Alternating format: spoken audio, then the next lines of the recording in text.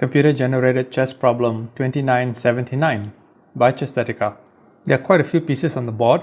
White has a queen, a pair of rooks, a pair of bishops, a knight and a pawn.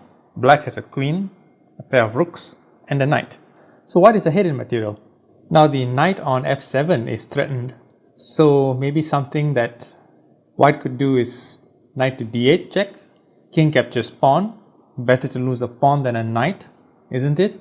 Bishop to c5 check, king to c7, rook to g7 check, just sacrifice a bishop, why not I guess.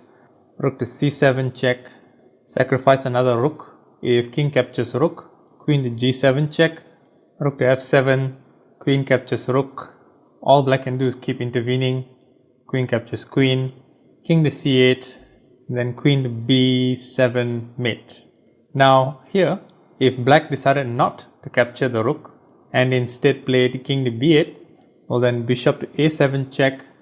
If he still refuses to capture the rook, king to a8, rook to c8 check, king captures bishop instead, queen to g7 check, and then as before, rook to f7, queen captures rook, queen to e7, queen captures queen, king to a6, followed by queen to b7 mate in about 10 moves. Now you might be surprised at what the best way to play from this position actually is. Let's take a closer look. Okay, so as you can see that there are longer mates, 10, 9, even 8 moves.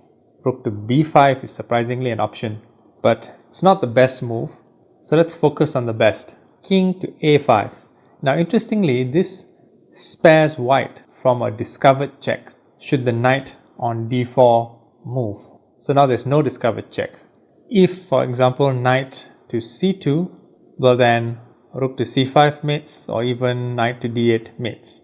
So white is basically guarding the b6 pawn as well, and this is setting up a kind of mating net for the king.